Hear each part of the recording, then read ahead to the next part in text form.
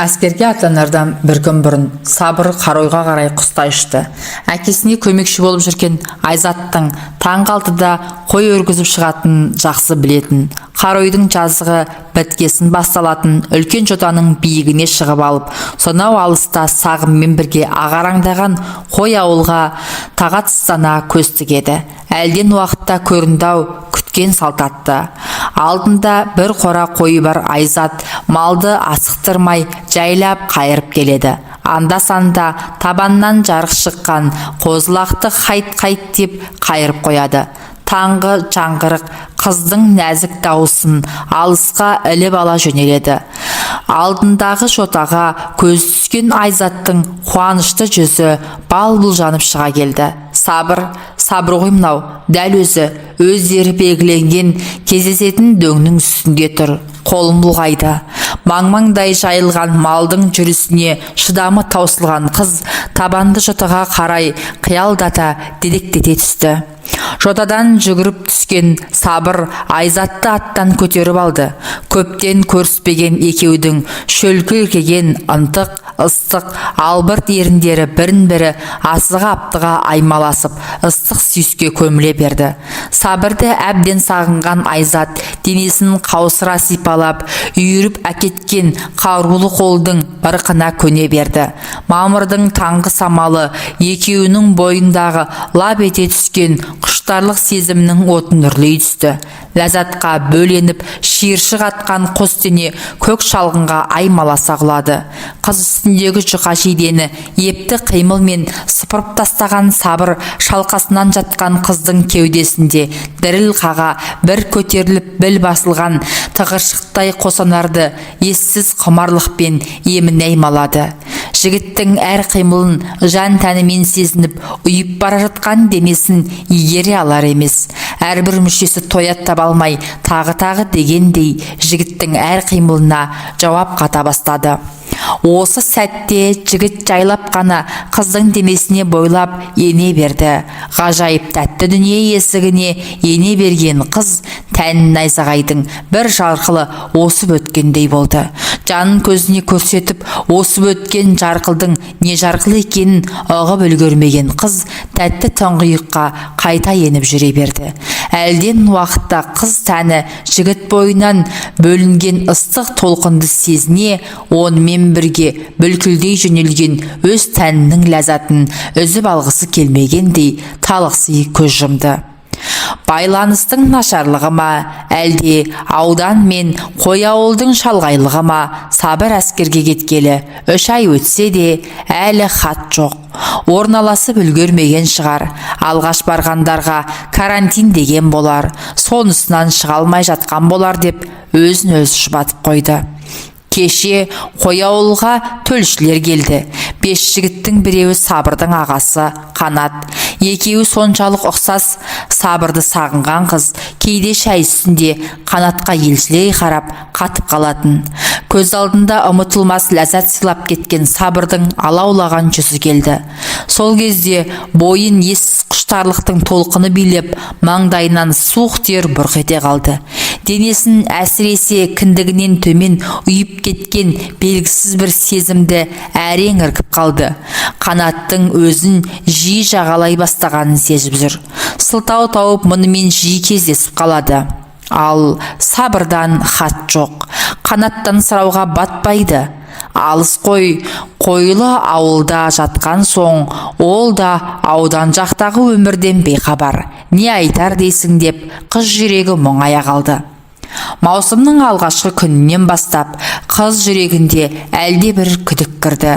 Айдың алғашқы аптасы аяқталып қалды. Аяғы ауырлап қалмаса еді. 2 күн бойы жүрегі айнып, одан сайын саса бастады. Таңертеңгі асқа қарамай ұлықсый жөнелген бүгінгі жайы бар үмітін үзіп тынды. Енді қайтпек, әкесі сезсе ат бауырына салып сабайды. Діні қатты адам. Ауыл арасында жиілеп кеткен мұндай жайды естіп жүрген анасы есіктегі тәрбиені алған әйел баланың оң жақта отырып бала тапқаны сүйекке таңба. Атталысып сүйек сындырады деген жаман атақ сол деп түсінетін. шешесі кешпейді бұл қылығын. Әбден басы қатқан Айзат біресе Сабырды кінәлайды, біресе жігітке тоқтау айта алмаған дегеніне көне берген өзінің ессіздігін қарғап жер-жебіріне жетеді. Болар іс болды, бояуы сіңді. Қалайда бір әрекет істеу керек. Алдырып тастауға бейкүнә Шарананың обалынан қорқады. Кәртейгенде әке-шешесін айналадағы қойшылардың салып етек әйелдерінің өсегіне жем етіп тірідей өлтірерін ойласа өмір сүргісі келмейді. Істерге амалы жоқ, шарадай басы шақшадай болды. Еш нәрсе ойлап табуға қабілеті жоқ Айзат бей-жай отыр. Осы кезде марқайып қалған қозыны құшақтап малғорадан шығып келе жатқан Қанат бұған қолын бұлғады. Қанат, салы суға кеткен қыз Қарманарға қара таппағанына қуанып кетті. Өзін екі оттың ортасына тастап кеткен Сабырды қиялмай жылай-жылай отырып, ұятын ойлаған Айзат бір шешімге келді.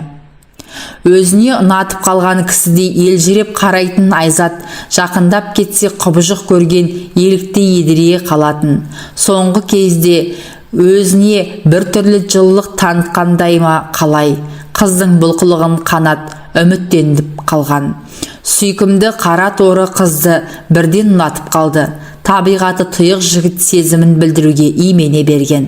Қыздың өзіне кет әрі емес екендігін сездіргелі бері бойында батылдық пайда болды. Қозыларды қарауды ұмытып, олар ойлығып жетеуі бірдей өліп тынған бір түн бәрін шешті. Арада апта өткесін ауылға атпен барып қайтқан Қанатпен лесіп келген әке-шешесі Айзатқа құда түсіп қайтты. Әскери дайындықта болып, 3 айдан кейін ғана хат жазуға рұқсат алған Сабыр алғашқы 2 хаттың бірін Айзатқа арнады. Үйдегілерге мекен жайын білдіріп хабар жіберді. Арада аз уақыт салып, үйден келген хаттың ішінен шыққан ағасы Қанаттың үйлену тойына түскен суретін көріп, төбесінен шай түскендей болды. Өзінің хатын асыға күтіп жүр деп сенген қалыңдығы туған ағасына әйел болып жатса, мұнан асқан солдат үшін соққы бар ма? Не болғанын білгісі келіп, Айзатқа хат жазуға қанша оқталса да, оның өз үйіне баратынын, хаттың ағасының да қолына тиетінін ойлап, ол ойынан еріксіз бас тартты. Қанаттың өңді екені рас, тек өзін айырбастауға басқа еркек кіндік таусылғандай жан тәнімен сүйген әлі де болса ұмыта алмас Айзаттың туған ағасын таңдаған қылығына түсіне алмай күйінді. Шытырманы көп әскери өмір жігіт жүрегінің жарасын жаза бастады дегенмен де, сүйгенін басқаға қия алмас қайран көңіл әлі де қиналып кетеді. 2 жыл көзді ашып жұмғанша өте шықты. Қайтуға 2 аптадай ғана уақыт қалды. Осы тұста елден жеткен қаралы жедел хат Сабырға уақыты бітпей кеткен әскер қатарынан босатты. Ағаң қайтыс болды, тез жет деген 5 сөз жүрегіне шаншудай қалдадылды. Қанатым, жан ағам, өкпеге тіпті қызғанышқа да қиып жіберген тете өскен ағасын өлімге қия алмай ұзақ жылады. Дәл шығарар күрді жаназасының үстіне жеткен Сабыр бауырымдап боздап келіп, киізге оралған ағасының мәйітіне өкіре құлады. Бұл көрініс жаназаға жиналған жұрттың көңілін босатып, көзіне жас алмаған пенде болмады. Мәйіттің жанында отырған Айзат сол сәтте талып түсті. Сылқ етіп құлап бара жатқан жас келіншекті байқаған Сабыр жас туған жанары тұманданып демей берген.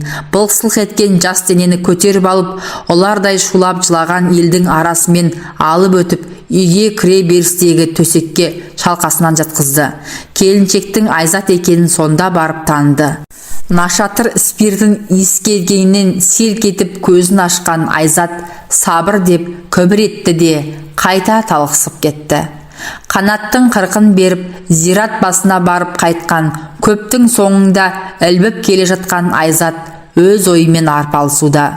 Өзінің ар-ұятын үнсіз көтеріп алған Қанаттың байыпты, ақылды жүзі мен Сабырдың күн сайын көретін жауап күткен сұраулы жүзі кезек алмасып жанына база берер емес. Үйленгеннен кейін 7 айда 9 айлық балпанақтай ұл туған, мұның жанын қинап, басы артық бір сұрақ қоймап еді жарықтық. Кешкісін ұйықтап жатқан сәбидің жүзіне үңіліп, өзіне ұқсастық іздеумен болатын. Арман Қанатқа қатты ұқсап туды. Тек сәбидің иегіндегі терең ойық пен оң жақ бетіндегі терең шұңқыр Айзатта да, Қанатта да жоқ еді. Ол екеуі де Арманға айнымай қонған сабырдың белгілері болатын. Бұл ұқсастықты сабырдың өзі де байқаған сыңайлы. Өткенде есік алдында ойнап отырған Арманды алдын алып, оның иегіндегі ойық пен бетіндегі шұңқырды сипап, дәл сондай өз бетіндегі белгіні басып көріп, ойланып отырған үстіне түскенді. Өзін байқап қалған сабырға жұмбақтау жымиып, бас изеп өте берді. Қанат қайтқалы бері Арман да сабырдың қойнынан шығар емес. Сәби жүрегі сезе ме, кім білсін. Өткен жолы телевизор көріп отырған сабырды папалап барып, алдына шығып отырып алды. Ештеңеден хабары жоқ қарттар, құлыным-ай, сабырды папасына ұқсатып жүрау, алда қарағым-ай, деп күрсініп, көз жастарын сығып алды. Бірі қайны, бірі жеңге болып, сүйіскен екі жүрек бір шаңырақ астында, екі бұрышта аһ ұрды.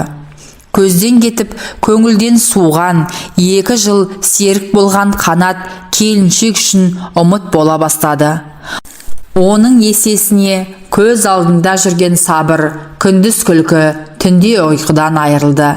Қанатпен өткен 2 жылда әйел болып сабыр сыйлаған алғашқы төсек ләззатындай сезімді сезініп көрген емес. Кейде сабырдың ыстық құшағы түсіне еніп, түсінде ғана рахат табатын. Өзінің сабырды әлі де ессіз сүйетінін жарықтық күйеуі тірі күйінде мойындап, қайнысының келер уақыты жақындаған сайын ойын бір қорқыныш билеп алатын. Інісі мен әйелінің арасындағы бір байланыстан бейхабар болса да, Құдай солай шешті ме, әлде маңдайына жазған ғұмыры келді ме, әйтеуір Қанат аз ғана қиналып бұл өмірден бас кешті. Бірақ аптада аузы мұрнынан қан кетіп өмірден өтті де кетті. Ауданда мұндай жас өлімдер көбейіп кетті. Бір жағы Семейдің полигоны, бір жағы мына тиіп тұрған Тарбағатай тауларының ар жағындағы Қытайдың Лобнор деген атом полигонының әсері дейді жұрт.